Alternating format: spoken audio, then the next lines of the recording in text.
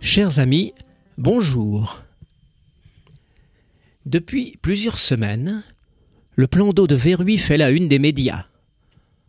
On entend un peu tout et n'importe quoi. Et, comme souvent, dans ces situations, beaucoup de rumeurs infondées. Alors, nous avons pris notre bâton de pèlerin et sommes partis à la recherche de la vérité.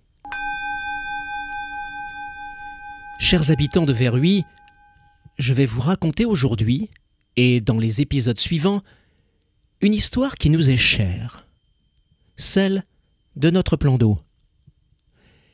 L'histoire de votre plan d'eau. Pour commencer, il faut, comme il se doit, faire un retour en arrière. Fermez les yeux, imaginez. Nous sommes dans les années 60. Le souvenir de la guerre s'éloigne doucement, mais une nouvelle guerre, qu'on qualifie de froide, est à son apogée. Il y a peu, on a frôlé une troisième guerre mondiale.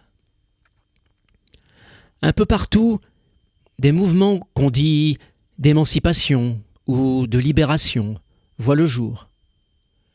Le monde est en pleine mutation.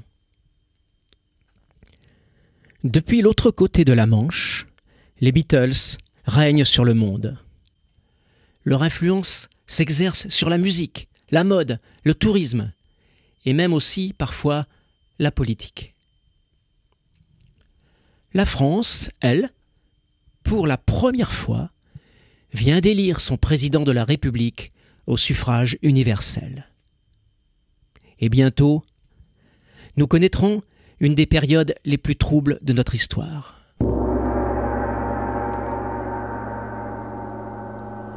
Dans les Deux-Sèvres, un petit village de Gâtine s'apprête à vivre une révolution. Son maire, Georges Bobin, observateur attentif et visionnaire, prend conscience des problèmes du monde agricole et des campagnes. Une idée a germé dans sa tête.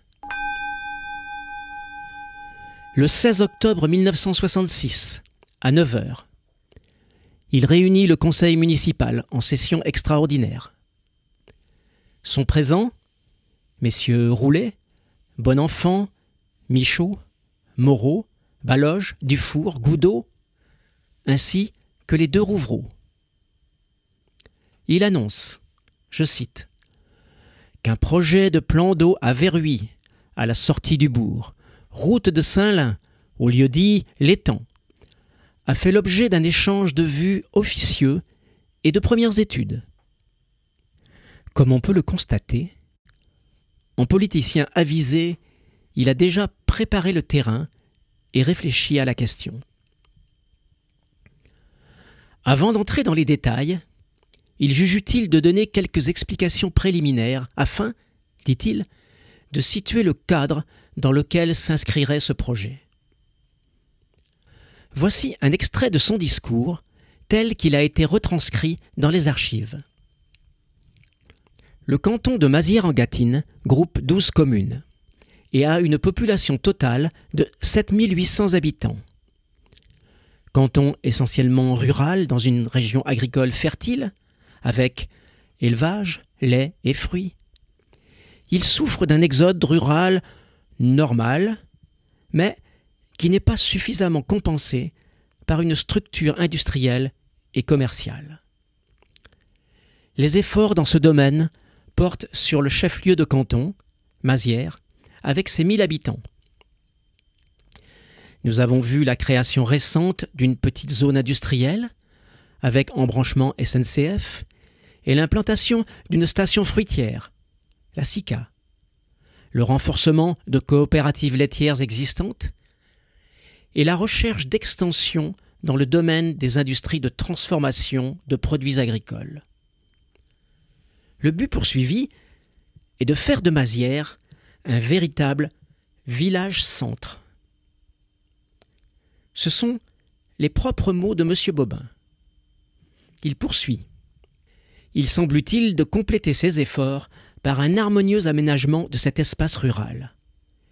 Il est nécessaire de donner à la population de ce canton un équipement convenable au point de vue distraction, ce qui est un élément non négligeable du maintien des jeunes agriculteurs à la terre et du succès des implantations industrielles envisagées.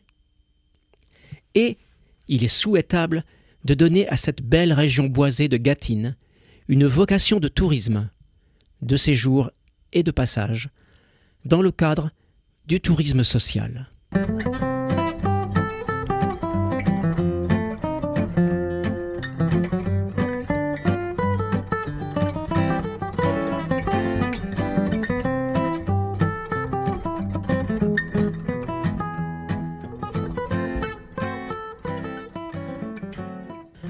La suite de son intervention décrit les spécificités techniques du projet. Superficie de 5500 m², profondeur moyenne de 2 mètres, aménagement d'une plage, d'un parking, d'un espace de jeu, etc. Le terrain, argilo-calcaire, dit-il, assure une parfaite étanchéité. On apprend que le coût estimé du projet est de 250 000 francs, une somme colossale à l'époque. Déjà, le regard tourné vers l'avenir, il entrevoit la possibilité de créer un camping, un village de vacances, un court de tennis. Après un large débat, alimenté par de nombreuses questions, le 16 octobre 1966, le conseil municipal de Verhuis vote à l'unanimité la création du plan d'eau de Verhuis.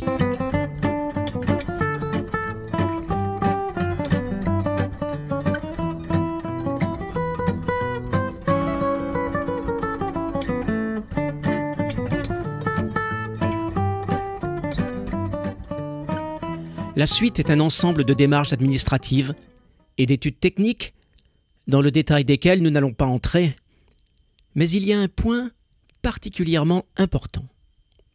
Le financement. Savez-vous qui fut l'un des principaux partenaires du projet, fournissant aide, agréments et subventions? La direction départementale de l'agriculture, soit l'ancêtre de la DDT. Ceci est, bien sûr, très important pour la suite du débat. L'inauguration aura lieu le samedi 10 mai 1969 à 17h. La cérémonie est présidée par M. Rouget, préfet des Deux-Sèvres. Les Verhuicois et tous les habitants du canton sont, bien sûr, conviés à participer à la fête. Pour 25 francs, on a droit au repas, à un spectacle et, bien évidemment, au traditionnel bal populaire. À 23h, le spectacle Son et Lumière, évoquant l'histoire de la commune, est donné sur le plan d'eau. Des feux de Bengale sont allumés sur le chemin de ronde. À partir de minuit, un grand bal, animé par l'orchestre Claude Vox, fera danser les amateurs jusqu'à l'aube. Celui qu'on appelle désormais l'étang du prieuré Saint-Martin vient de voir le jour.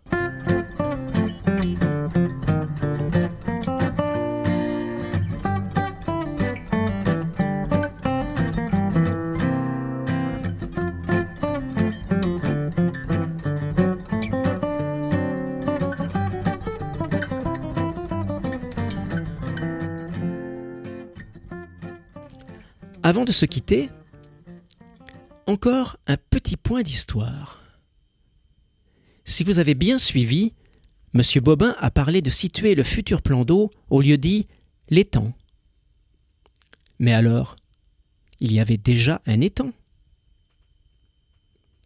Eh bien, plus ou moins. Pour le comprendre, il faut remonter au XVIIe siècle. À cette époque, il n'existe pas de carte détaillée du royaume de France. C'est pourquoi Colbert, alors ministre de Louis XIV, demande à la toute nouvelle Académie des sciences, je cite, « que l'on travaillât à faire des cartes géographiquement de la France plus exactes que celles qui y ont été faites. »